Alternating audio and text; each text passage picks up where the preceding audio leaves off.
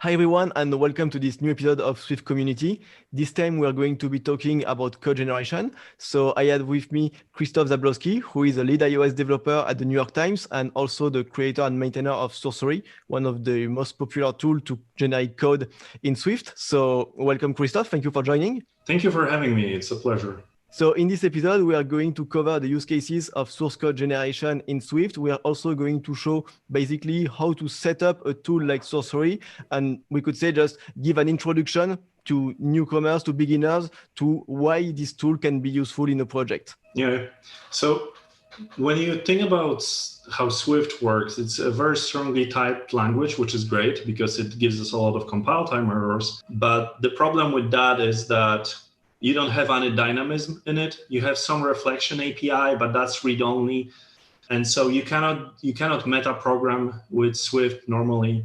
So Sourcery is a tool that's supposed to help with that. Like it works like meta programming, but it's actually a code generator, which means that it generates regular Swift code that you still compile to your project. So there's no runtime magic, nothing like that. You basically describe algorithm in files called templates, and that's basically like HTML or like Mustache or effective JavaScript. Those are just very simple languages that allow you to replace parts of the code with actual data, which is how Sourcery works. So Sourcery uses SourceKitten, which is Apple provided tool that actually powers Xcode. So that's how you get syntax highlighting and a lot of other features in Xcode by using SourceKitten.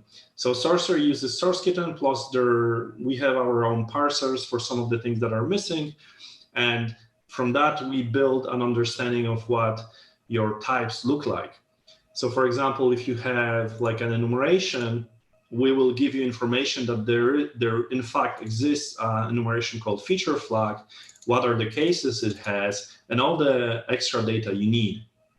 With that information, you can write templates that allow you to basically generate more Swift code for you. So you can do things like boilerplate replacement. Like when I originally did Sourcery, we didn't have derived implementations. So things like equality, hashing, encoding would have to be written by hand. But those algorithms are almost always the same, which meant that you just had to write the same code over and over again. And that's where Sourcery was very helpful.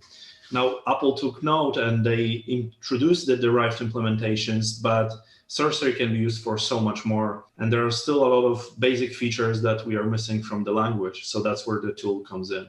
All right. So yeah, like we said, that's maybe one of the big difference when you take a look from, Android apps is that Android is working using the JVM, so the Java Virtual Machine, and you have so much more API to do reflection. So for instance, you can ask a type at runtime, well, what kind of protocol are you implementing? What are your properties? What are your methods? These kind of things. And so in Swift, as you said, we cannot do it, but we can still build some tools that if we have the source code, they can analyze the source code and they can achieve the same goal, but at compile time. Well, I mean, we can ask using the reflection, you can learn a lot about your types. So you can actually get some information, but it's very limited. A lot of those things are, let's say, fragile. Like you cannot really rely on them, and you cannot really create extensions with it. So it's just read-only. There's a couple of things. Like I have a project called Difference that basically uses mirror to compare two objects without any code generation, and you get like a property level diffing there, which is very useful. But yeah, Sourcery is so much more powerful. And so the other thing that you get in Android is source annotations, right? You can annotate variables and types with extra information. We don't have that in Swift, but if you use Sourcery, you actually do get that, because that's one of the features of Sourcery that it supports. For example, you can write something like this.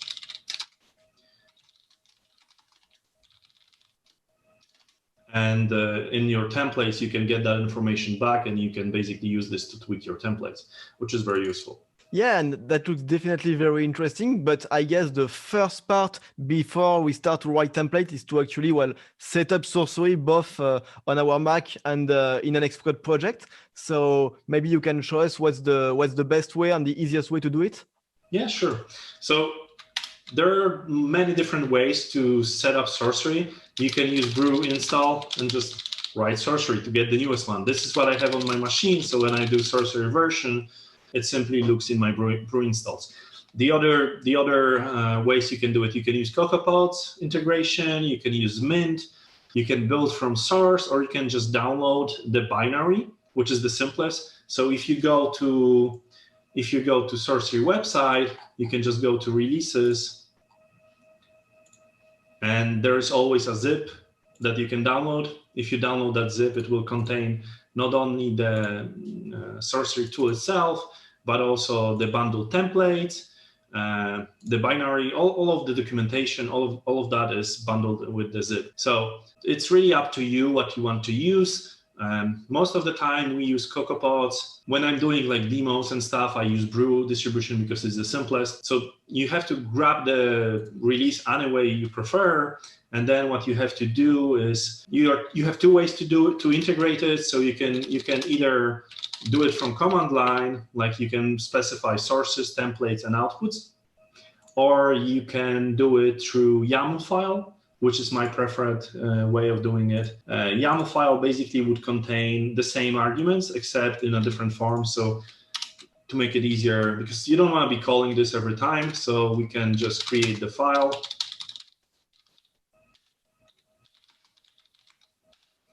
So if we go here, we can just use the same approach. So you specify sources, templates, and output. You save that file, and when you run Sourcery from your command line, it automatically picks it up. So as you can see, it's using the configuration file. And this is because I have a newer version of Sourcery than I had before. So the first time I do it, it reparses the files. The second time I do it, that's already cached. So Sourcery is very fast. It's using extensive caching. So as you can see here, it doesn't even take 1/100 of a second to process everything, and that's including code generation. The Times project has around 250,000 lines of Swift, and the whole processing time is around 1.5 seconds. So in comparison to Swift build times, it's completely negligible. You don't really worry about that. So if you worry that it's going to slow down your build times, you wouldn't even notice. Yeah, it's not going to be the bottleneck. Definitely not. Yeah, definitely not. And so when you have this, one nice thing you can do with Sourcery, other than just, you can run from command line. Normally, the way you set it up is you go to your project, you go to your build phases, you add a new run script, and simply here, you just call Sourcery. You want to do this before compilation so that when you build, Sourcery generates Swift, right? So it has to compile that Swift. Yeah. So that's why you put it before. But if you are using the Brew distribution, you would just do this. If you are using CocoaPods, you would simply just reference your pods file. And so you would do it like that, pretty simple. Let's stick with Brew for now. To give you a more understanding how Sourcery works, let's use it to display information about what our project actually contains in regards to types. Yeah. So whenever you have to write a template with Sourcery or you want to play with it, you don't want to run this manually and rebuild the project. That's inefficient. So the way you do it is you can append your command with --watch. And what this does, it basically looks at your source code and your template. Whenever one of them changes, it regenerates all the code. So if I do this, then let's open Visual Code because it has nicer highlighting. And here we have a template file called info_stencil. And so let's do type.name. I'm going to explain everything in a second. But what I want to have is I want to open this side to side. So first of all, to get highlighting in the simplest way is to use Django HTML, which is very similar to Stencil. We're using Stencil files here. Sourcery supports 3 different languages, so you can use Stencil, effective JavaScript, and Swift templates. I prefer to use stencil until I cannot use stencil because it's the simplest, it's the fastest, and it's very close to Swift. If you need more power, I would recommend either effective JavaScript or Swift templates. The Swift templates are the slowest because it's actually compiling those files. And so Swift isn't the fastest language to compile. So use whichever you prefer, but learning stencil is very easy. So the way stencil works is there are a couple of tags you can use, and like functional tags are always expressed like this. So you have opening brace, then percentage, and the same in reverse closes a tag. Sourcery exposes AST information, which is abstract syntax tree. So if we look at the code, we have just a couple of models in our project. And so we can iterate over all of the models that we support. So types.all includes all types except protocols.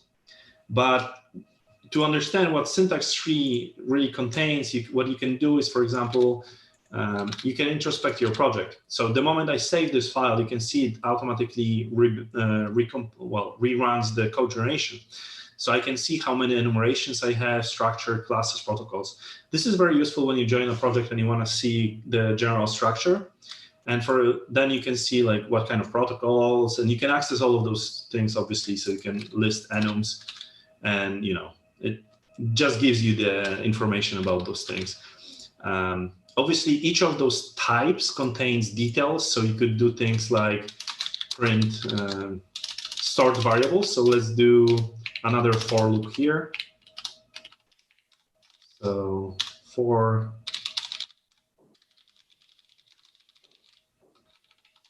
let's do structs, because enums don't have stored variables. And so I want to print variable.name, and let's prepend it. So as you can see, we see that the web view settings has those variables, dependencies has 3 other variables. So you can, get very deep into your syntax tree and understand what your types actually do. And with that power, you can, you can imagine how easy it would be to write equality, right? Yeah, because you can iterate like over all types. Then for every type, you can iterate over all the properties. And from it, you can just generate the equitable method, which is just doing like member-wise equality checks with ends in the middle. Yeah, exactly. So you could simply do function equals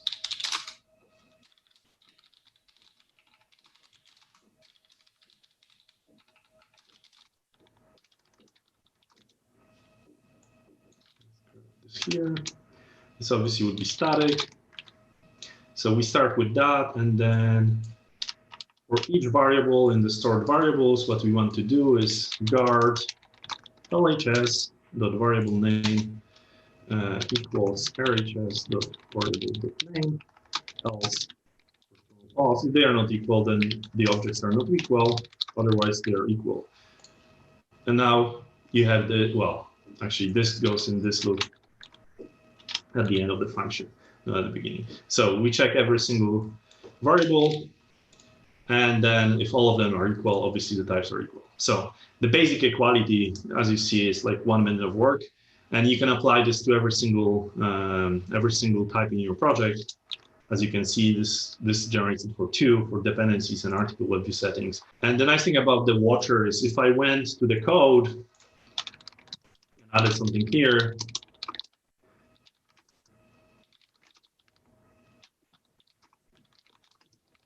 I save this and I go here, and this appears immediately. So there is never a situation where you add variable or remove variable and your code gets outdated. Every time you build, your code is always up to date. The nice thing about this is pure Swift. So what happens is you can just put a breakpoint there in Xcode and debug it. There is no, like with runtime, you cannot really, if you make a mistake, you cannot really understand what's going on because you cannot introspect it. With Sourcery, you have regular Swift code, so you can do debugging and everything else you would normally do. Yeah, and I think that's super interesting what you've shown us, because when you hear about code generation, sometimes it can feel like a little bit daunting, we could say. And we've seen that just in a few minutes, we can install Sourcery, set it up in a project, and get some code generated. And it's actually really not that hard. personally, I think it's one of the great features of Sourcery is how easy it is to opt in and integrate it in a project. Yeah, so when we talk about opting in, the way I like to do it is I create this thing called phantom protocols. So I would create a file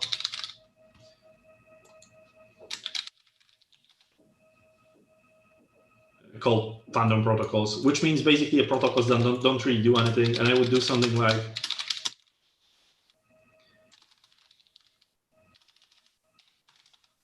auto-equatable. That way, I can choose which type should get it. So in your templates, rather than doing for types in type stroke, like you could do types implementing auto-equatable, and then have this code. And then rather than automatically doing it everywhere, you can just do like this, and then you can select which types get it. And you can in Sourcery, like if you write templates, you can use filters. So I can do like struct, because there's a different, there will be different code for structs and classes and enums for equality. So you simply can filter it out and have it more clean. Rather than having if statements, you can just do it like that. So that's the way I like it. The other reason I like it is because you can add comments. So when someone goes into see this, they can just click on it and read the documentation. Oftentimes what you want to do is you want to have Sourcery annotations, so you can control the code generation. So because you can now with Swift, you get automatic generation of equality, codable, and hashing, right? But if you decided that I actually don't want to compare this, you are stuck. You have to write your own implementation. Yeah. With Sourcery, that's not the case, because you can do Sourcery, and let's say we want something called skip equality. So if I do that, then in my variables, type stored variables, I can do annotated. And what happens, you see this disappeared, that variable disappeared. If I remove it, save, it reappears. So pretty cool, very easy to tweak your code generation, rather than what you get with Apple, which is like either deal with our default or just write it on your own. If you write it on your own, you run into the same issues where you have to maintain everything. So yeah, so super cool. And indeed, like these annotations, so it's a way for us to provide some data to Sourcery, but since it's a comment, well, for the Swift compiler, it just doesn't exist and it gets totally ignored. Yes, exactly. And you can do, you can do simple ones like the skip annotation, or you can provide values there, so like JSON key, and you can do much more as well, like dictionaries or whatever. And you can apply this, like you have blocks, so like in the documentation you can read about it, but you can open up block and annotate everything with a specific comment, so like all the variables, rather than having to repeat it. So it's pretty well thought out. And so here we've seen how we can create our own templates, but I think a few minutes before, when you showed us Sourcery what's inside the zip, there were also some built-in templates. Yes. So maybe we could take a look at them to see like... Sure. So if we go to the downloads folder, so there's a couple of templates that we come bundled with, the auto cases. Do you want to see the, let me just show you that in the Visual Code so it gets highlighted. So auto cases is very simple. It's basically an extension on enum that gives you count and can give you all the cases if it doesn't have associated values. So you have the Apple also copied that. But in the Apple way, you cannot get the count if you have associated values. With Sourcery, you still can do that. So that's one of the simplest. We have auto-codable, which is extremely powerful. This is really big template. It's using actually Swift templating rather than Stencil. But as you can see, it's one of the biggest ones, and it's only like 320 lines. So what this gives you, it supports sub-objects, it supports enums with associated values. It has a lot of features. All of those templates actually have their own documentation. If you go to Sourcery repository, you can find it there. But let me just show you how it looks like. So if you open the Sourcery reference, you see examples, and all of them are documented, so you can see how they look like, what they do. So let's get back to Codeable. So Sourcery, you get Codeable implementation from Apple, but it's not very powerful. If you want to have custom structure, it doesn't really do much for you, and you end up with a lot of boilerplate still. With our implementation, which was contributed by Ilya, I think, you basically can have custom keys with sub-object support. You can you basically can nest things very easily. You can get enumerations nested, and a bunch of other features. For example, rather than having to manually write and like if you want to skip some keys, right, with normal implementation, you have to list all of the keys and just skip the one you don't want. We do the reverse, so it's much more maintainable. You can simply add something that you want to skip, and then we automatically get everything else for you. With the enumerations, you have the simple version, which is pretty easy to do, but then you also have ones which have associated information, which Swift doesn't support by default. With our approach, you simply get an object back. So very powerful, very easy to use.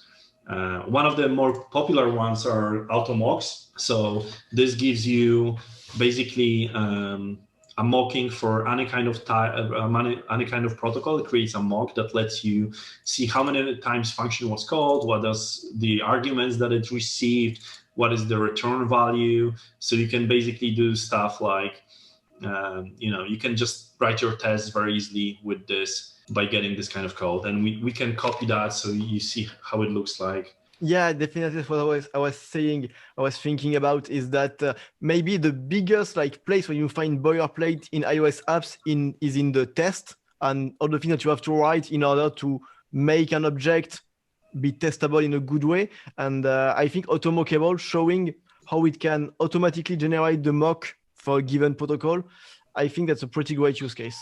Yeah, so I added the file, simply copying it from the templates. And then to be able to use it, I think it depends on the Phantom protocol. So we're going to add protocol. And now, normally in your file, obviously you have to add those files that are generated. So the way I do it, I simply add it like that. So I can also preview it, but also then, actually have it compile. Yeah. So we have some protocols here. So we have basic protocol.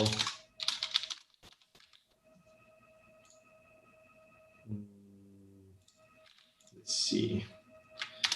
Am I still running Sourcery? I am. Okay, let's rerun it.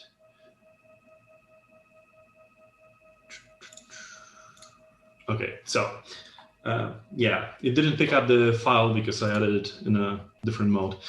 But basically, it now creates the mock for me. So whenever I change this protocol and I decide to add something like,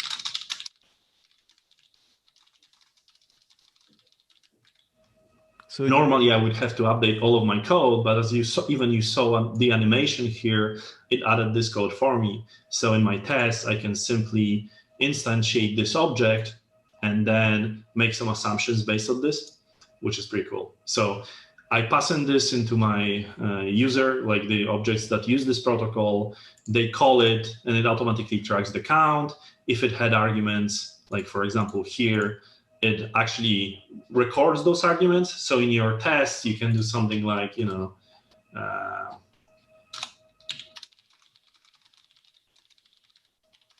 create this file and then I pass it into my object.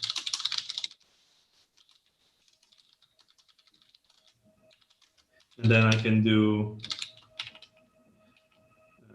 how many times it was called. So I could do XCT. So I could do like this, right? Yeah. Verify that this was actually working. And so this is really powerful. The bigger the project, the more code you save. Like you see, this is from like 27 to, yeah, so 50 lines of code generated by simply adding this. So if I went and added it to all of the protocols here and went back, we're going to save, I guess, even more time of writing the code, writing the mocks by hand. Yeah, so as you can see, it's now not at 100 lines. And that's basically just 3 protocols. I think at times we have like 200. So you can imagine how much code that saves. I definitely think like for me, this is we could say an enabler for good testing, because often having to write a lot of boilerplate, it's a deterrent. You don't want to spend the time to write this boilerplate, and so you don't spend the time to write the test. But when you have all of these, basically, it's primitives for your test to be able to have these mocks. It just opens up the way to so many new tests and new quality for your test that you wouldn't have invested in them if you had to write everything by hand. Yeah, definitely.